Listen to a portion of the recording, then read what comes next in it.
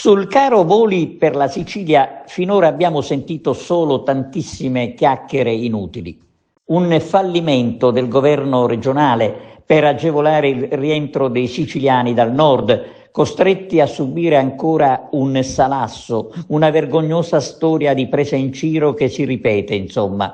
E non è certo una soluzione il treno di Natale per il tempo stimato, oltre 22 ore per arrivare a Messina, da dove bisogna aggiungere l'ulteriore tempo per raggiungere le città di destinazione. Per arrivare ad Agrigento, ad esempio, il totale delle ore arriverebbe quasi a 25. E dire che il treno in questione si chiama Express.